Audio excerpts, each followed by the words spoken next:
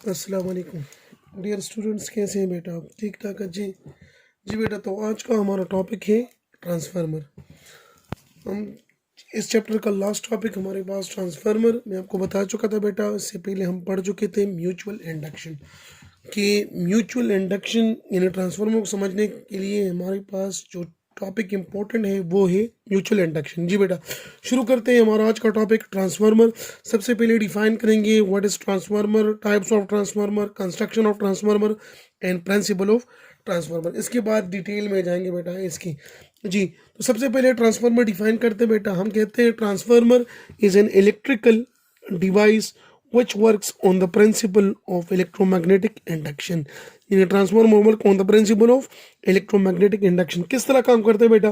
Transfer energy from one electrical circuit to another electrical circuit without changing the frequency. This is important point कि transformer हमारे पास energy को एक circuit से दूसरे सर्किट तक ट्रांसफर करता है, लेकिन ये एनर्जी जब ट्रांसफर होती है इसी दौरान हमारे पास फ्रीक्वेंसी ऑफ एनर्जी चेंज नहीं होती, यानी फ्रीक्वेंसी रिमेन्स कांस्टेंट।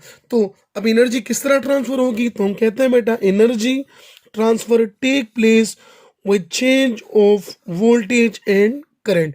एनर्जी जो ट्रांसफर होगी हमारे पास वो किस तरह होगी? With the change of voltage and current. यानी ट्रांसफार्मर में हम वोल्टेज और करंट को चेंज करके एनर्जी एक जगह से दूसरी जगह तक ट्रांसफर करते हैं बेटा। जैसे आमतौर पर हम डिफाइन करते हैं कि अगर हमसे कोई पूछे व्हाट इज ट्रांसफार्मर, तो हम कहते हैं बेटा a device which step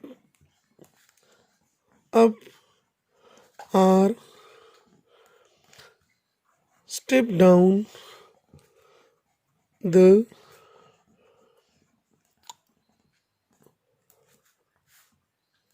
alternating voltage. यानी हमारे पास वो डिवाइस जो कि यूज होता है किस लिए बेटा? टू स्टेप अप और स्टेप डाउन। स्टेप अप का मतलब उसका लेवल बढ़ा देते हैं बेटा, स्टेप डाउन का मतलब उसका लेवल डिक्रीज कर देते हैं। कौन सी वोल्टेज को? अल्टरनेटिंग वोल्टेज को। What is alternating voltage? The voltage which changes its magnitude or which changes its direction continuously, जो अपना डायरेक्शन कंटिन्यूसली चेंज करे। तो बेसिकली इधर जो फर्स्ट डिफिनेशन में पढ़ी है बेटा कि विदाउट चेंजिंग द फ्रीक्वेंसी, तो हम इससे ये बात क्लियर होती है बेटा कि ट्रांसफार्मर बेसिकली अल्टरनेटिंग वोल्टेज को ही चेंज करते हैं, बिकॉज डीसी की तो कोई फ्रीक्वेंसी होती नहीं है हमारे पास, एसी की फ्रीक्वेंसी मौजूद होती है हमारे पास। जी, तो this is the definition of transformer बेटा कि हमारे पास ट्रांसफार्मर वो डिवाइस है जो कि एक इलेक्ट्रिकल सर्किट से दूसरे इलेक्ट्रिकल सर्किट तक एनर्जी ट्रांसफर करता है without changing the energy.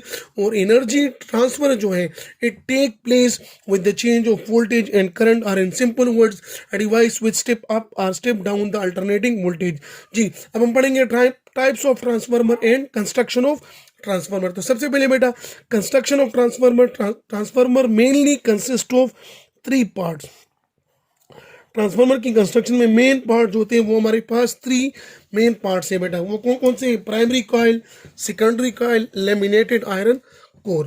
Primary coil क्या होते हैं? हमारे पास वो कॉइल जहां से हम इनपुट देते हैं ट्रांसफार्मर को, तो वो हमारे पास कहलाता है प्राइमरी कॉइल। यानी जिधर से हम इनपुट देते हैं वो हमारे पास प्राइमरी कॉइल होता है बेटा, और जिधर से हम आउटपुट लेते हैं वो हमारे पास सेकेंडरी कॉइल।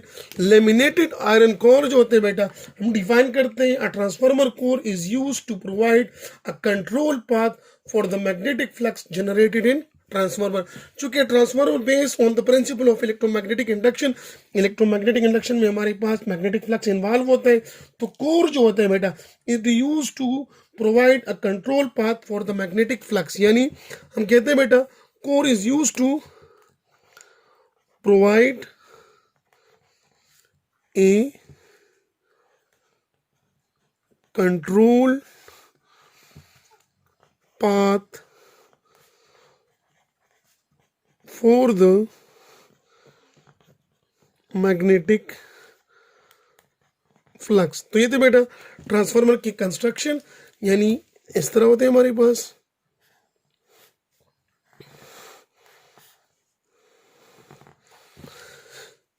ये होते हैं बेटा इधर से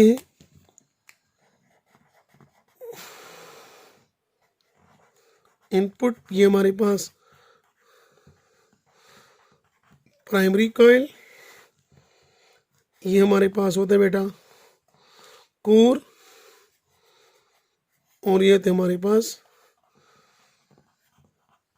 सेकेंडरी कॉइल। यानी प्राइमरी कॉइल से हम इनपुट देते हैं बेटा, सेकेंडरी कॉइल से हम आउटपुट लेते हैं, और कोर हमारे पास क्या करते हैं बेटा, it provide a control path for the magnetic flux. और रिमेंबर बेटा, ये कोर जो है बेटा, it's not made from a hard steel और सॉलिड स्टील। ये हार्ड स्टील से नहीं बनाया जाता बेटा, instead it is made up of thin steel से बनाया जाता है बेटा। किस लिए? To reduce power loss in a transformer, जो कि आगे हम डिटेल से इंशाल्लाह डिस्कस करेंगे बेटा। तो इट्स ऑल अबाउट कंस्ट्रक्शन। अब आते हैं बेटा टाइप्स ऑफ ट्रांसफार्मर की। तो हमारे पास ट्रांसफार्मर की कई टाइप्स मौजूद हैं, लेकिन इधर जो मेन दो टाइप्स डिस्कस करेंगे बेटा, एक इस चैप्टर में और दूसरा हमारे पास आने वाले चैप्टर इलेक्ट्रॉनिक्स में हम डिस्कस करेंगे। तो एक को हम कहते हैं ऑर्डिनरी ट्रांसफार्मर, और एक होते हैं हमारे पास centre tap transformer. Ordinary transformer और सेंटर टेप ट्रांसफार्मर में फर्क क्या होता है बेटा? Ordinary transformer provide one voltage at output पर ये हमें वन वोल्टेज देते हैं, यानी if we want to get 240 voltage at the output, तो ये हमें एक वोल्टेज देगा, आउटपुट पर हमें दो एक ही वोल्टेज देगा। जब आते हैं सेंटर टेप ट्रांसफार्मर की तरफ बेटा, तो centre tap transformer gives us two output independent circuit. यानी अगर सेंटर टेप ट्रांसफार्मर से हम 240 वोल्ट लेना चाहते हैं बेटा, तो ये हमें किस तरह देगा? 240 डिवाइडेड बाई 2, यानी 120 और 120, ये भी हमें 240 वोल्टेज देगा, लेकिन किस तरह? 240 को दो हिस्सों में डिवाइड कर देगा, 120 volt and 120 volt, and these both two circuits are independent from each other. Or remember beta, center tape transformer is usually used for rectification क्या है बेटा, हम इलेक्ट्रॉनिक्स में डिटेल से पढ़ेंगे कि the conversion of AC into DC। तो this is all about the definition of transformer, types of transformer and construction of transformer. अब आते हैं बेटा प्रिंसिपल ऑफ ट्रांसफार्मर की तरफ। की ट्रांसफार्मर का प्रिंसिपल हमारे पास क्या होता है बेटा? तो हम कहते हैं transformer works on the basis of two principle. वो दो प्रिंसिपल क्या है हमारे पास? एक है बेटा इलेक्ट्रोमैग्नेटिज्म,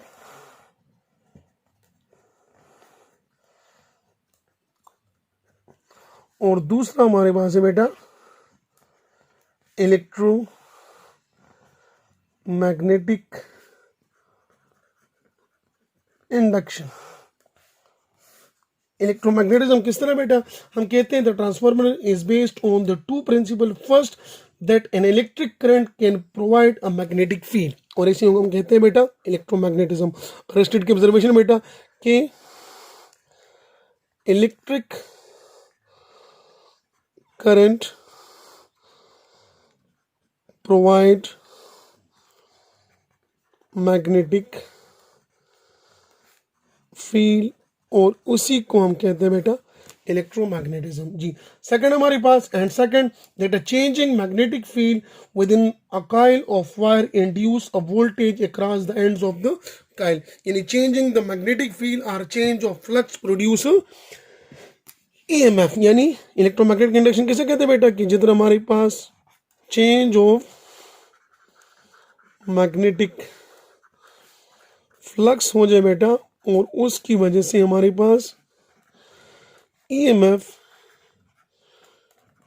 इंड्यूस हो, तो उसे हम कहते हैं इलेक्ट्रोमैग्नेटिक इंडक्शन। यानी transformer work on the principle of electromagnetism as well as electromagnetic induction. Electromagnetic induction में हमारे पास जो मेन लॉ है वो है बेटा फैराडेज लॉ, फैराडेज लॉ। और ट्रांसफार्मर में चूंकि हमारे पास दो कॉइल होते हैं, इसीलिए इधर जो EMF इंड्यूस होगा वो हमारे पास होते हैं म्यूचुअल इंडक्शन की वजह से। तो this is about the principle of transformer. अब आते हैं बेटा कि how transformer step up and step down the alternating voltage. तो पहले हम पढ़ेंगे बेटा step up transformer, step up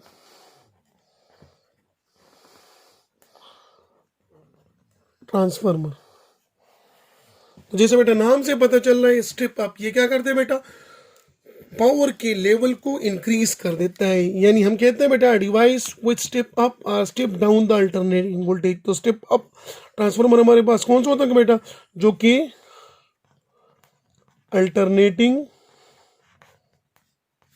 voltage को स्टेप अप कर देता है, यानी इंक्रीज कर देता है। इनपुट पर हमारे पास वोल्टेज कम और आउटपुट पर हमारे पास वोल्टेज ज्यादा होगा, तो उसे हम कहेंगे स्टेप अप ट्रांसफार्मर। अब स्टेप अप ट्रांसफार्मर में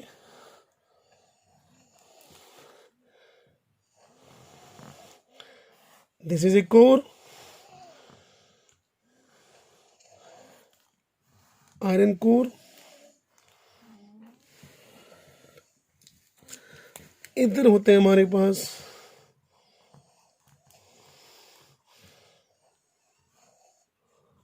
प्राइमरी कॉइल, जिधर से हम अल्टरनेटिंग करंट अप्लाई करते हैं बेटा, और ये होते हैं हमारे पास सेकेंडरी कॉइल, जिधर से हम आउटपुट लेते हैं बेटा।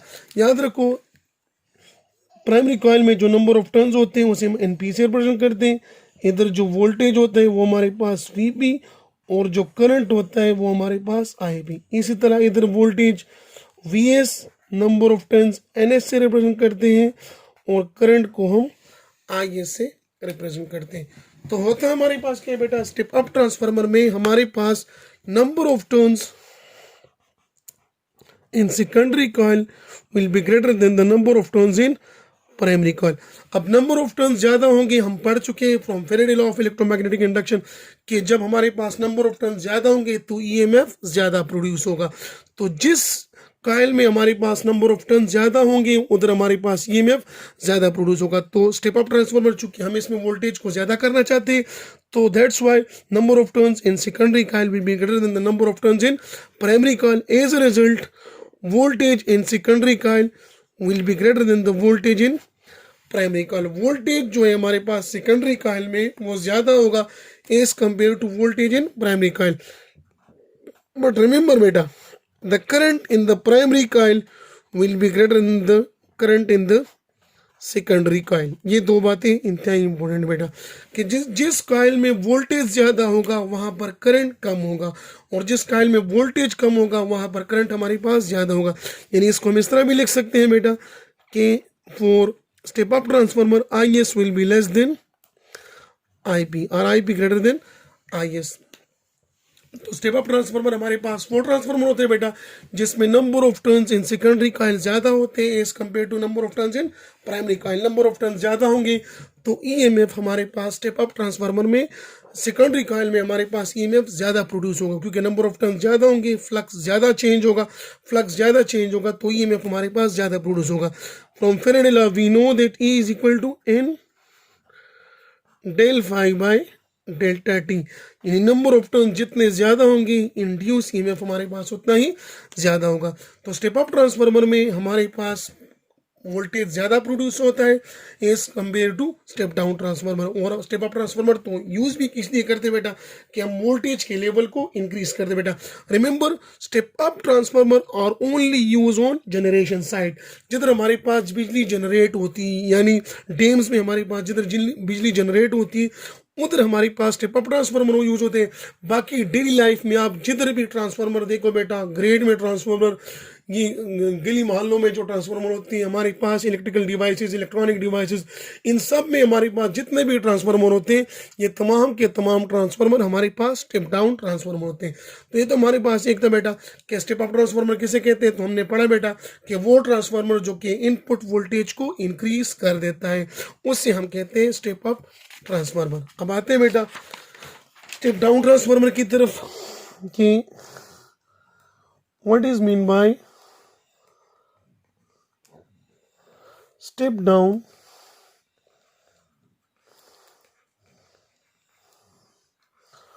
ट्रांसफार्मर। के स्टेप डाउन ट्रांसफार्मर किसे कहते हैं बेटा जी। तो जिस तरह हमारे पास स्टेप अप ट्रांसफार्मर की वो ट्रांसफार्मर जो कि वोल्टेज के लेवल को इंक्रीज कर देता है उससे हम कहते हैं स्टेप अप ट्रांसफार्मर। अब वो ट्रांसफार्मर जो कि वोल्टेज के लेवल को डिक्रीज कर देता है उससे हम कहते हैं स्टेप डाउन ट्रांसफार्मर। यानी इसमें हमारे पास क्या होता है बेटा, दिस इज आयरन कोर, ये हमारे पास आयरन कोर है बेटा।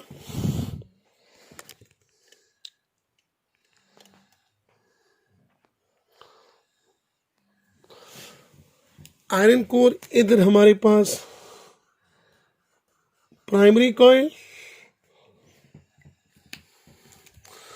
और इधर होते हैं हमारे पास सेकेंडरी कॉइल, यानी number of turns in secondary coil. इधर से हम इनपुट लेते हैं बेटा और ये हमें आउटपुट देते हैं। अब स्टेप डाउन ट्रांसफार्मर क्या होते हैं, वो ट्रांसफार्मर जो कि अल्टरनेटिंग वोल्टेज के लेवल को डिक्रीज कर दे हमारे पास, तो उसे हम कहते हैं step down transformer. Step down transformer, इधर में प्राइमरी कॉइल में number of turns NP, voltage VP और करंट आईपी। इधर voltage VS, number of turns NS और करंट हमारे पास आईएस। तो स्टेप डाउन ट्रांसफार्मर क्या होता है बेटा, इसमें हमारे पास number of turns in primary coil ज्यादा होते हैं as compare to number of turns in secondary coil. अब जितना नंबर ऑफ टर्न्स ज्यादा होंगे उधर हमारे पास वोल्टेज भी ज्यादा, तो इनपुट वोल्टेज हमारे पास ज्यादा होगा और आउटपुट वोल्टेज हमारे पास कम। लेकिन इधर करंट की जब बात होगी बेटा, तो current in secondary will be greater than the current in primary, और we write IP will be less than IS. ये क्यों होते बेटा, इट्स इंडक्टिव फेनोमेना। और इंडक्टिव फेनोमेना क्या है बेटा, एसी सर्किट में हम डिटेल से पढ़ेंगे कि इंडक्टर में हमारे पास वोल्टेज लीड करता है और करंट लेग करता है। तो इसी वजह से हमारे पास जिस कॉइल में वोल्टेज ज़्यादा होगा उसी कॉइल में करंट कम, और जिस कॉइल में वोल्टेज कम होगा उसी कॉइल में हमारे पास करंट ज़्यादा। तो स्टेप डाउन ट्रांसफार्मर में इनपुट में हमारे पास वोल्टेज ज़्यादा और आउटपुट में वोल्टेज हमारे पास कम। इनपुट पर नंबर ऑफ टर्न्स ज्यादा और आउटपुट पर नंबर ऑफ टर्न्स कम, लेकिन इनपुट हमारे पास जो करंट होगा वो कम होगा एज कंपेयर टू आउटपुट। यानी स्टेप डाउन ट्रांसफार्मर में आउटपुट पर करंट ज्यादा होता है और स्टेप अप ट्रांसफार्मर में आउटपुट पर करंट कम। और जिधर करंट कम उधर वोल्टेज ज्यादा होगा, जिधर करंट ज्यादा होगा उधर वोल्टेज कम। तो this is all about step down transformer. अब हम कहते हैं बेटा कि ट्रांसफार्मर की इफिशियंसी की बात करते हैं बेटा, कि efficiency of transformer, efficiency of transformer, efficiency कैसे कहते हैं बेटा, the ratio of output to the ratio of input, यानी output to the input ratio is called efficiency। इधर हमारे पास इनपुट क्या होता है बेटा, IV, इधर आउटपुट हमारे पास IV, यानी इनपुट हमारे पास IP VP, आउटपुट हमारे पास IS VS, पावर इनपुट और पावर आउटपुट। याद रखो बेटा, हमारे पास हम जानते हैं कोई भी चीज़ हमारे पास 100% एफिशिएंट नहीं होती। ऑल दो ट्रांसफार्मर इतना एफिशिएंट है बेटा कि इसकी एफिशिएंसी ऑलमोस्ट 90% होती है बेटा। लेकिन आइडियल ट्रांसफार्मर हमारे पास जो होगा, आइडियल ट्रांसफार्मर, उसकी इफिशियंसी होगी बेटा 100%। आइडियल ट्रांसफार्मर की इफिशियंसी कितनी होगी बेटा, 100%। और ये बात हम करते हैं बेटा थ्योरेटिकली, यानी थ्योरेटिकली हम कह सकते हैं बेटा कि ट्रांसफार्मर की इफिशियंसी जो है वो हमारे पास 100% है। वो कब होगी बेटा, यानी जब इनपुट पावर हमारे पास बराबर हो आउटपुट पावर की। इनपुट पावर किसके बराबर होगा बेटा, IP VP, और आउटपुट हमारे पास IS VS। तो वो ट्रांसफार्मर जिसकी इफिशियंसी 100% हो बेटा, उधर हमारे पास IP VP will be equal to IS VS। और इस इक्वेशन से हम लिख सकते हैं बेटा, from this equation VP divided by VS is equal to IS divided by IP. This is equation number A. ये आगे इंशाल्लाह हम यूज़ करेंगे बेटा कि V P by V S is equal to I S by I P. किस तरह है बेटा, वी एस को मैंने इस साइड पे डिवाइड कर दिया और आई पी हम इस तरह ले आए बेटा, तो V P divided by V S और I S divided by I P. जब हमारे पास ट्रांसफार्मर हो बेटा, इसके प्राइमरी कॉइल और सेकेंडरी कॉइल दोनों में हमारे पास ईएमएफ प्रोड्यूस होगा according to Faraday law of electromagnetic induction. If this is a core of transformer, ये हमारे पास बेटा इनपुट और इधर से आउटपुट लेते हैं। तो प्राइमरी कॉइल में जो ईएमएफ इंड्यूस होगा अकॉर्डिंग टू फैराडे लॉ वो होगा बेटा V P is equal to N P del phi by delta T.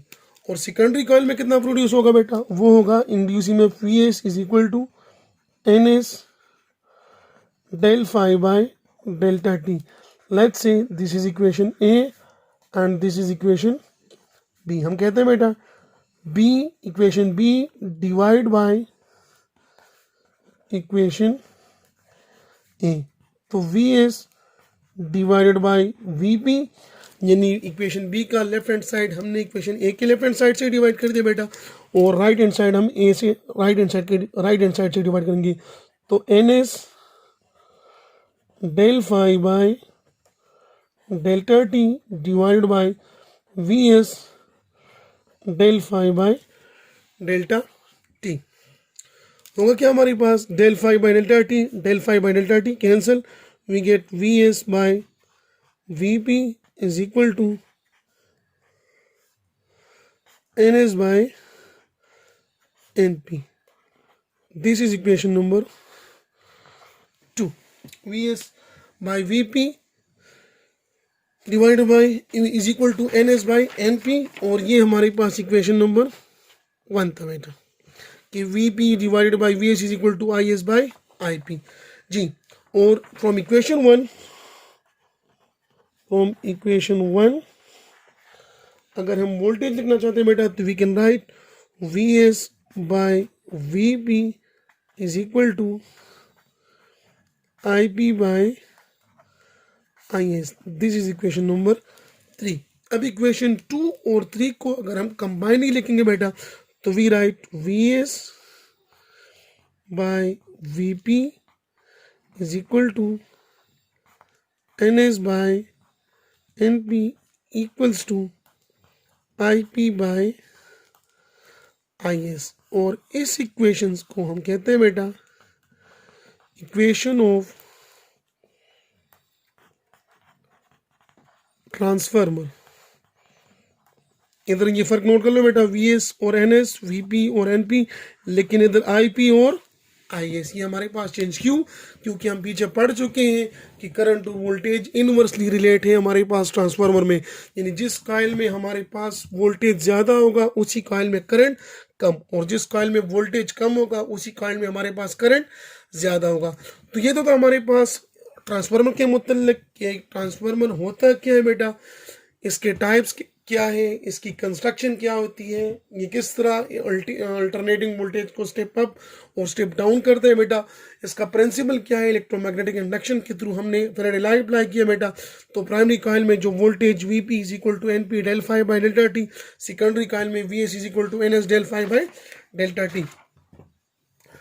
तो ये तो हमारे पास ट्रांसफार्मर के मुतल्लिक बेटा। अब ट्रांसफार्मर में हमारे पास पावर लॉसेस किन किन वजूहात की वजह से होती हैं, यानी वो कौन कौन से अवामिल बेटा जिनकी वजह से हमारे पास ट्रांसफार्मर में पावर लॉस होता है या एनर्जी लॉस होती है। तो वहाँ पढ़ेंगे बेटा एनर्जी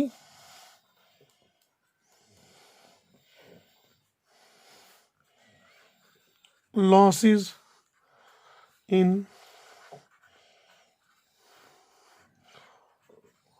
ट्रांसफार्मर के ट्रांसफार्मर में एनर्जी किन किन वजह से लॉस होता है बेटा। तो इधर 4 रीजन है हमारे पास। नंबर फर्स्ट है रेजिस्टेंस ऑफ वाइंडिंग। हम जानते हैं बेटा कि कोई भी हमारे पास वायर हो उसकी रेजिस्टेंस मौजूद होती है, करंट फ्लो करेगा तो हमारे पास हीट प्रोड्यूस होगा तो उसकी वजह से हमारे पास पावर लॉस होगा बेटा। तो रेजिस्टेंस ऑफ वाइंडिंग हमारे पास नंबर फर्स्ट रीजन। सेकंड हमारे पास ईडी करंट। ईडी करंट कौन सा करंट होता है बेटा? द इंड्यूस करंट, यानी वो करंट जो इंड्यूस ईएमएफ की वजह से प्रोड्यूस हो उसे हम कहते हैं ईडी करंट। और ईडी करंट को रिड्यूस करने के लिए हम करते क्या है बेटा? आप अगर इसे देख लो बेटा, तो ट्रांसफार्मर के प्लेट जो होते हैं इट लाइक दिस, इस तरह होते हैं बेटा। इनके दरमियान सेपरेशन मौजूद होती है हमारे पास प्लेट्स के दरमियान। तो ये क्यों किया जाता है बेटा? कि हमारे पास ईडी करंट कम से कम प्रोड्यूस हो। और मैं आपको बता भी चुका था कि ईडी करंट की हमारे पास एक रीजन है बेटा, जिसकी वजह से ट्रांसफार्मर में पावर लॉस हमारे पास होता है बेटा। यानी हम कहते हैं a transformer has an iron core to concentrate the magnetic field to achieve the maximum possible inductive coupling between the primary and secondary coil. As the changing flux increases, the core eddy currents are induced in the iron. Heating occurs because of rather high resistance of the iron to the eddy current. यानी हमारे पास जितना flux change होगा उतना हमारे पास EMF induce होगा, और इस इंड्यूस ईएमएफ की वजह से जो करंट प्रोड्यूस होता है उसे हम कहते हैं ईडी करंट। और ईडी करंट हमारे पास हीट जनरेट करता है, जिसकी वजह से हमारे पास पावर लॉस होता है। तो हम कहते हैं transformer core are made up of laminated iron that is many thin sheet of iron piece. यानी मैं आपको बता चुका था, पिछले हम पढ़ चुके बेटा कि ट्रांसफार्मर कोर जो है हमारे पास शीट से बना जाता है, सॉलिड स्टील से नहीं बनाया जाता। क्यों नहीं बनाया जाता बेटा? Thin sheets of iron pressed together but separated by a thin insulating layers. इनके दरमियान लेयर्स मौजूद हैं, आपको दिखाई दे रहे बेटा। This limits the circulation of any eddy currents to the thickness of one lamina rather than the whole core, thus reducing the overall heating effect। यानी अगर आपसे कोई कहे बेटा ईडी करंट को हम किस तरह रिड्यूस कर सकते हैं बेटा, तो by using laminated iron course. हम आयरन कोर्स को लेमिनेट कर देते हैं, उनके दरमियान थोड़ी सी स्पेस छोड़ देते हैं बेटा, जिसकी वजह से ईडी करंट की प्रोडक्शन हमारे पास कम हो जाती है। तो this is second loss in transformer. Third होते हैं हमारे पास बेटा फ्लक्स लीकेज।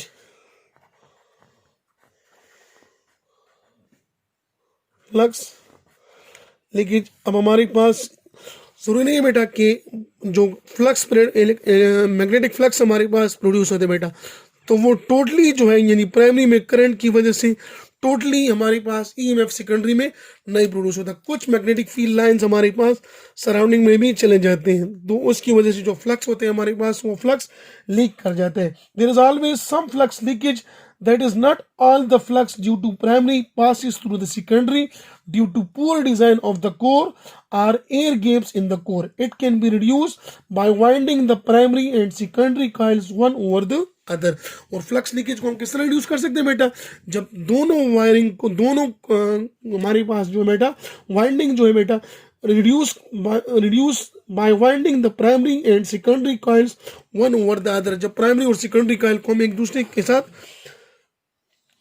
वाइंड कर दे बेटा, यानी वी से flux leakage can be reduce by winding the primary and secondary coils over one other. यानी एक दूसरे के साथ जितना करीब होगा हमारे पास ये दोनों कॉइल जितने करीब होंगे उतने हमारे पास फ्लक्स लीकेज कम होगा। और लास्ट पावर लॉस हमारे पास है बेटा हिस्टेरेसिस।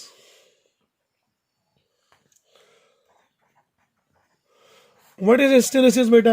हिस्टेरेसिस डिटेल से हम पढ़ेंगे बेटा फिजिक्स ऑफ सॉलिड में, लेकिन याद रखो बेटा हिस्टेरेसिस मीन लेगिंग बिहाइंड। हम कहते हैं the magnetization of the core is rapidly reverse by the alternating magnetic field.